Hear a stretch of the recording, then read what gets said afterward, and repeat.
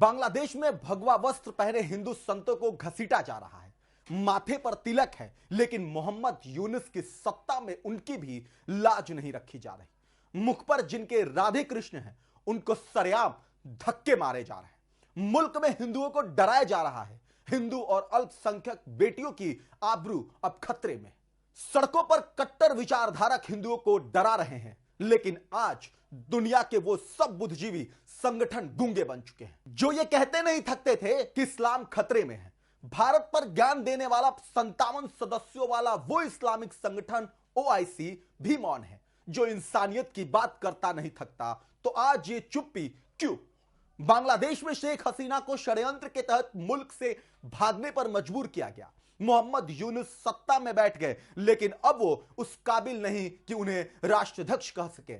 उन्हें अब शर्म भी नहीं आ रही है। बांग्लादेश में अल्पसंख्यक हिंदुओं पर उपद्रवियों का तांडव जारी है। ऐसा लग रहा है मानो मोहम्मद यूनुस ने उपद्रवियों को खुली छूट दे दी है कि जाओ हिंदुओं और उनके घरों, दुकानों, प्रतिष्ठानों व मंदिरों पर हमले करो, उनका नामो निशान मिटा दो।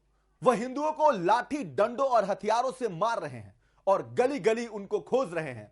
यह नजारा आपके आंखों में आंसू ला देगा, दिल में एक टीस छोड़ देगा। बांग्लादेश में इस्कॉन संत चिन्मय कृष्णदास को गिरफ्तार कर लिया गया है। चिन्मय प्रभु को अपने सहायकों और वकीलों से भी नहीं मिलने दिया गया। पूरे दिन हिंदू साधु से मुलाकात और उन तक प्रसाद दवाएं पहुंचाने के लिए उनके सहायक और वकील भटकते रहे। उनकी बुनियादी सुविधाएं तक ना पहुंच पाने से लोग उनकी सेहत और मौजूदा स्थिति को लेकर भारी चिंता में हैं। जबकि हिंदू संत की गिरफ्तारी से भारत में भी उबाल है। यहां हाई कोर्ट के रिटायर्ड जजों सहित कई लोगों ने पीएम मोदी को पत्र लिखकर चिंता व्यक्त की है। उन्हें कोर्ट में जमानत देने से भी मना कर दिया है। भारत ने आंखें दिखाई तो बेशर्मी से बांग्लादेश की सरकार हिंदू संत की गिरफ्तारी को सही ठहराने की भी कोशिश की, लेकिन अब हदें पार हो चुकी है। मोहम्मद यूनुस के चमचे और उनके पाले हुए उपद्रवी शांतिपूर्ण प्रदर्शन कर रहे हैं, हिंदुओं को घेर घेर कर मार रहे हैं। गलियों, सड़कों और चौराहों पर उनको दौड़ा दौड़ा कर पीटा जा रहा है, लेकिन बांग्लादेश की यूनुस सरकार खामोश है। क्यों? क्योंकि ऐसा लग रहा है जैसे वो अपने मन में बैठे नफरत को उड़ेल रख रहे हैं। ऐसा दिख रहा है मानो सनातनी अल्पसंख्यक उनके दुश्मन है, वो इंसान ही नहीं है। बहरहाल मोहम्मद यूनुस से इंसानियत की उम्मीद करना मूर्खता है।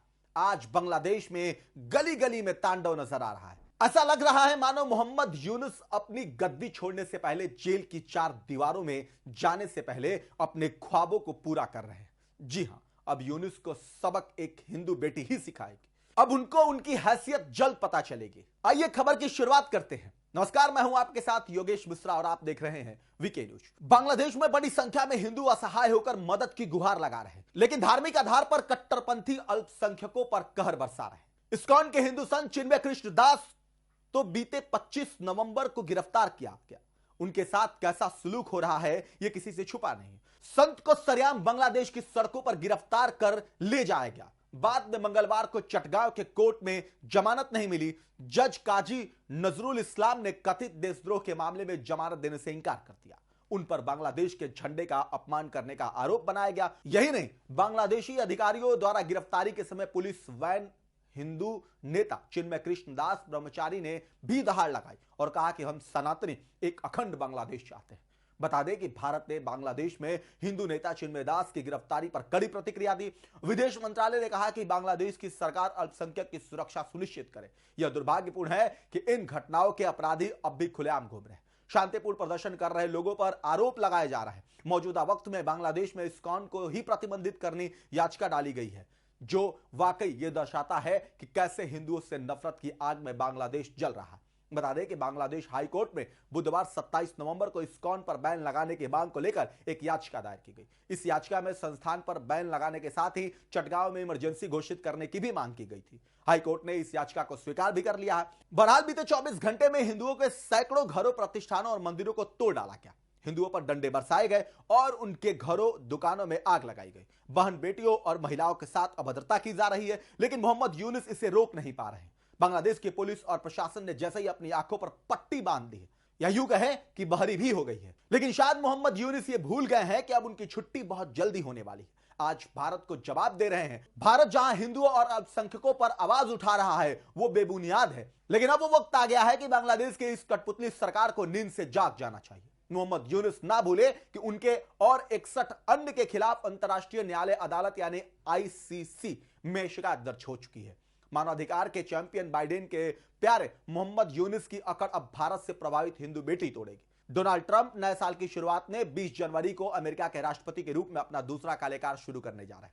ट्रंप 20 में हिंदू बेटी तुलसी गबार्ड को अमेरिका के डायरेक्टर ऑफ इंटेलिजेंस के पद के लिए चुना गया है। ऐसे में अब तुलसी ने बांग्लादेश, पाकिस्तान जैसे मुल्कों को निशाने पर ले लिया। अमेरिका की 18 खुफिया एजेंसी की नई चीफ तुलसी गबार्ड ने बांग्लादेश में हिंदुओं के साथ हो रहे अत्याचार पर कई बार स्पष्ट रूप से कड़ा रुख रखा है, वो भी एक्शन मोड में है। जबकि प्रधानमंत्री नरेंद्र मोदी को अपना सबसे करीबी दोस्त मानने वाले डोनाल्ड ट्रंप, जो अमेरिकी राष्ट्रपति का चुनाव जीत चुके हैं, वो भी मोहम्मद यूनुस को बर्बाद कर देंगे। अब इस मोहम्मद यूनुस का इलाज जल्द ही भारत भी करेगा।